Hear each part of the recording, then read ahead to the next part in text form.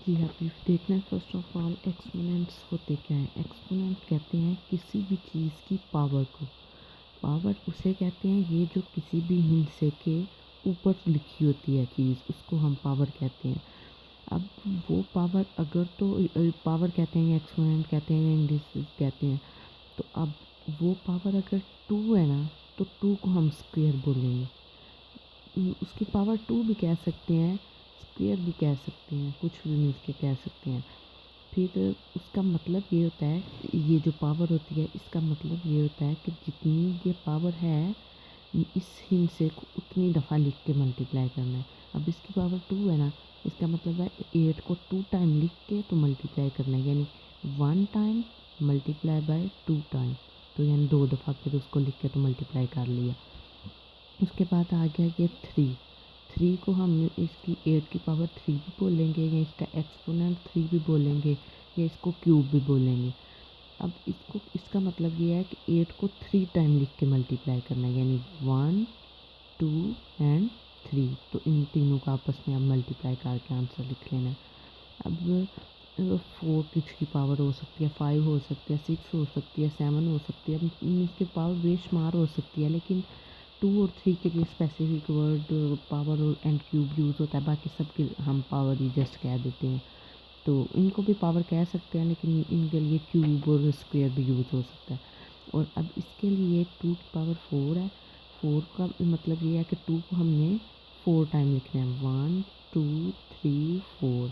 इन 4 time उसको लिख के आपस में मल्टीप्लाई कर लिया तो उसका आंसर ये आ गया। अब एक होती है पावर नेगेटिव में भी होती है, जिस तरह ये नेगेटिव का मतलब होता है माइनस, तो इसकी पावर अगर माइनस में है तो उसको हम प्लस में करने के लिए क्या करेंगे, 1 पे डिवाइड कर देंगे उस पूरे को 1 ओवर इस पूरे के पूरे को 1 पे डिवाइड कर दिया तो इसकी पावर प्लस में हो गई। यानी पहले तो ये इसका मतलब ये था, लेकिन हमने इसकी पावर को प्लस में करना है तो इसको बटे के नीचे ले आएंगे, यानी डिनोमिनेटर बना लेंगे। तो अब 1 और 4 की 2 का से मुराद है कि इसको 2 टाइम लिख के मल्टीप्लाई करना है, तो वो किया तो ये आंसर आ रहा है।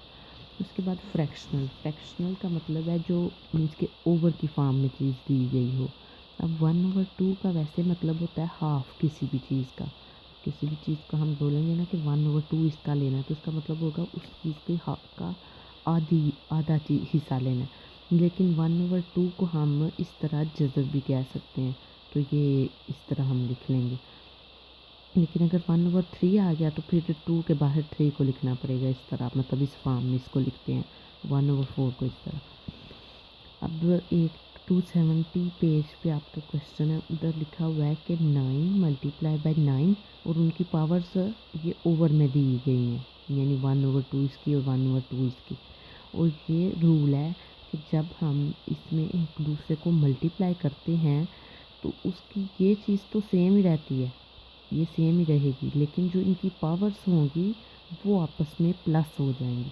तो इसकी पावर 1/2 और इसकी भी 1/2, तो इन दोनों को हमने प्लस कर लिया। लेकिन 1/2 से मुराद तो है ना हाफ किसी भी चीज़ का, और इससे भी मुराद हाफ है, और ये दोनों हाफ और हाफ मिलके फुल बन गए, यानी 1 बन गया।